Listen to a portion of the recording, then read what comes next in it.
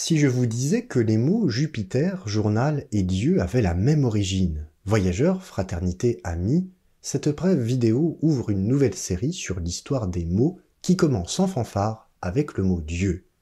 Oui, nous allons parler linguistique et seulement linguistique.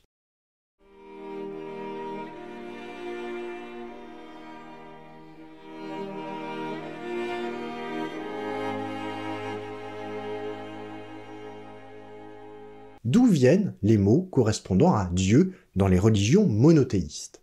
Pour le présent exposé, je vais me focaliser sur la famille des langues indo-européennes, c'est-à-dire les langues d'Europe et d'une partie de l'Asie orientale, comme le sanskrit ou le perse par exemple. Puis dans deux autres vidéos, je vous parlerai de mots sémitiques comme l'arabe Allah ou le fameux tétragramme hébreu dont la prononciation est taboue. Alors pour ne pas rater les autres vidéos, abonnez-vous, mettez la cloche, vous savez quoi faire. Procédons avec soin. Comment prendre ce mot « Dieu » ? Nous avons l'habitude de dire « Dieu » tel quel, parce que nous avons une culture monothéiste, à un Dieu unique. Pour autant, on emploie aujourd'hui le même mot pour parler des dieux romains en général, qui sont très différents du Dieu chrétien, unique, supérieur, intime et abstrait. Ainsi, d'une culture à l'autre, les notions et les mots changent avec des chevauchements incertains. Ce que nous allons faire aujourd'hui, c'est éclairer l'histoire des mots qui désignent de manière générale Dieu dans la Bible chrétienne. Autrement dit, l'histoire du mot ouvre un passage à travers les cultures, oui, mais n'explique pas tout, loin de là. La linguistique sera une étoile sur notre carte, mais sachez qu'il en existe d'autres. Partons de notre langue et remontons le ruisseau. Notre mot Dieu vient, ô surprise, du latin Deus. Dans la Vulgate, la Bible latine, Deus traduit les mots du grec et de l'hébreu, sachant que le mot Deus existe dans la langue latine avant le christianisme. Un Romain s'exclamera « Di immortales », Dieux immortels, expression qui oppose la supériorité divine à la finitude des hommes. Ce qu'on a entamé ici, c'est une analyse diachronique, du grec dia à travers et chronos le temps. On compare des mots à différentes époques pour établir des liens. Le français Dieu vient ainsi du latin Deus. Alors on peut se demander d'où vient le latin Deus. L'affaire se corse. Avant de remonter le temps, il nous faut rester à l'époque du latin pour avoir une assise sûre. On parle alors de synchronie, du grec sun, ensemble et chronos, le temps.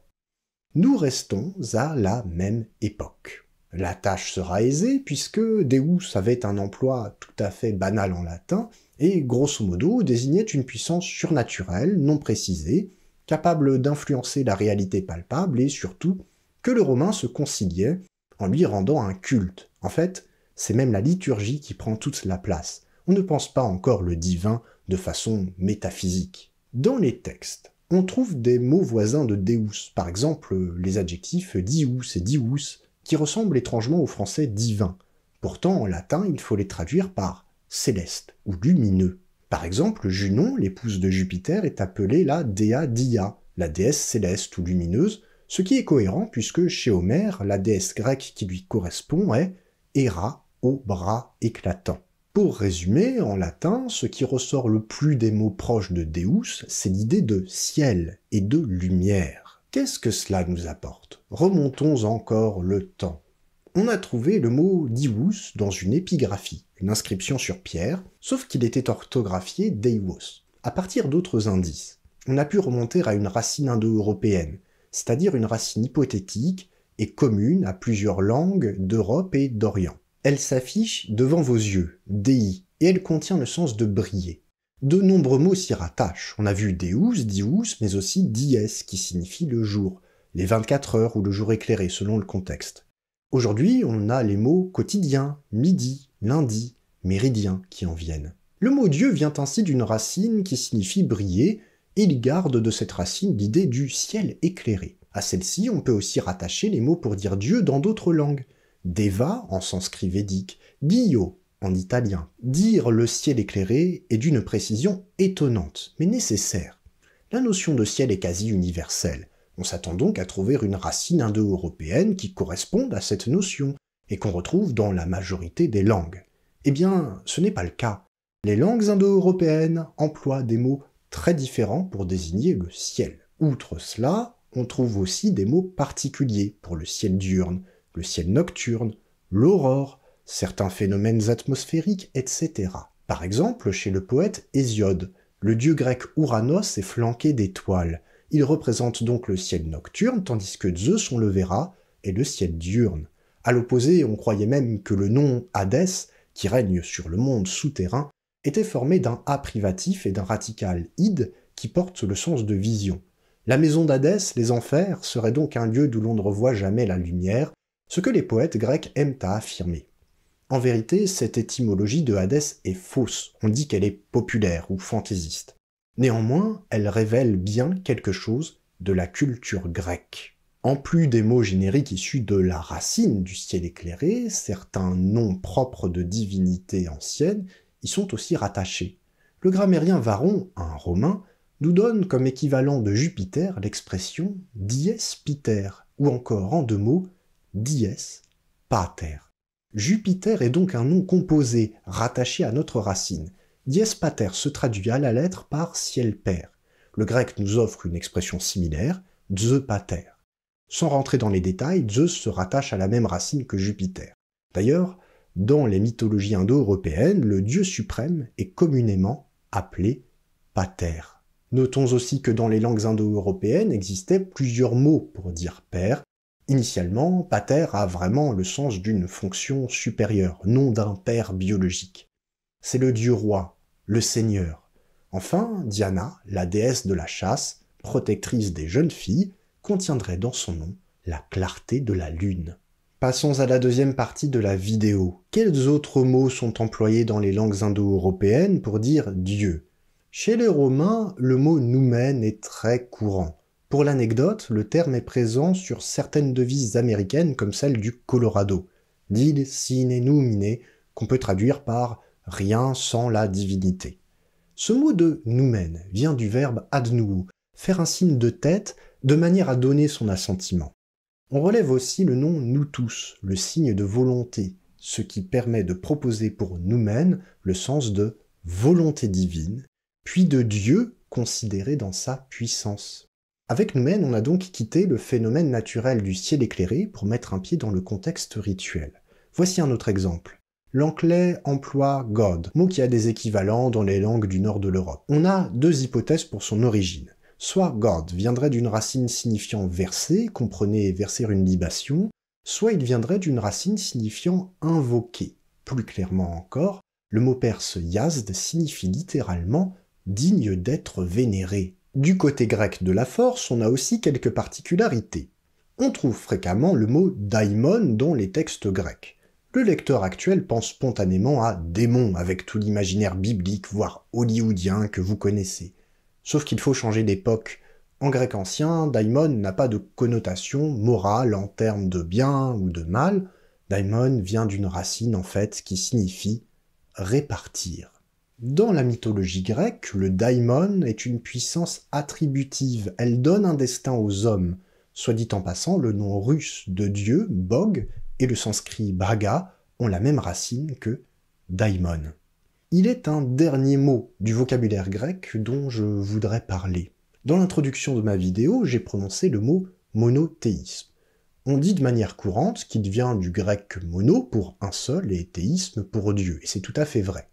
Mais en réalité, ce terme, dans le sens précis de culte à plusieurs dieux, a été forgé par les pères de l'Église pour différencier le christianisme des cultes grecs. Ben oui, avant le dieu jaloux, les Grecs n'avaient aucune raison de s'appeler eux-mêmes polythéistes. Théisme vient du nom grec théos, très employé en Grèce pour dire Dieu, de manière générale, et qui n'a pas la même racine que le deus latin. La question est donc d'où vient le nom théos.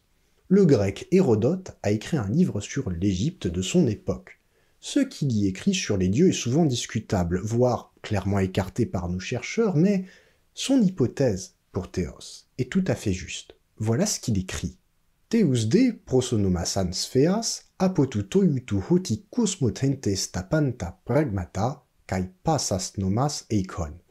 À mes souhaits, merci. Non, je vais traduire, soyons sérieux. Or, on les a nommés dieux, en cela qu'ayant disposé l'ensemble des affaires du cosmos, ils en tenaient toutes les parties. Hésiode fait en fait un jeu de mots entre théos dieu et le verbe titémi, poser, placer. D'une part, Théos est perçu comme un organisateur du cosmos, terme désignant le monde harmonieux, c'est-à-dire dont les parties différentes s'agencent au mieux.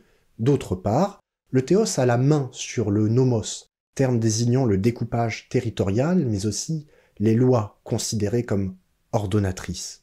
Après vérification par des linguistes, je vous ai d'ailleurs mis un article en description pour voir à quoi ressemble la recherche en linguistique, il s'avère que la proposition rapportée par Hésiode n'est pas fantaisiste.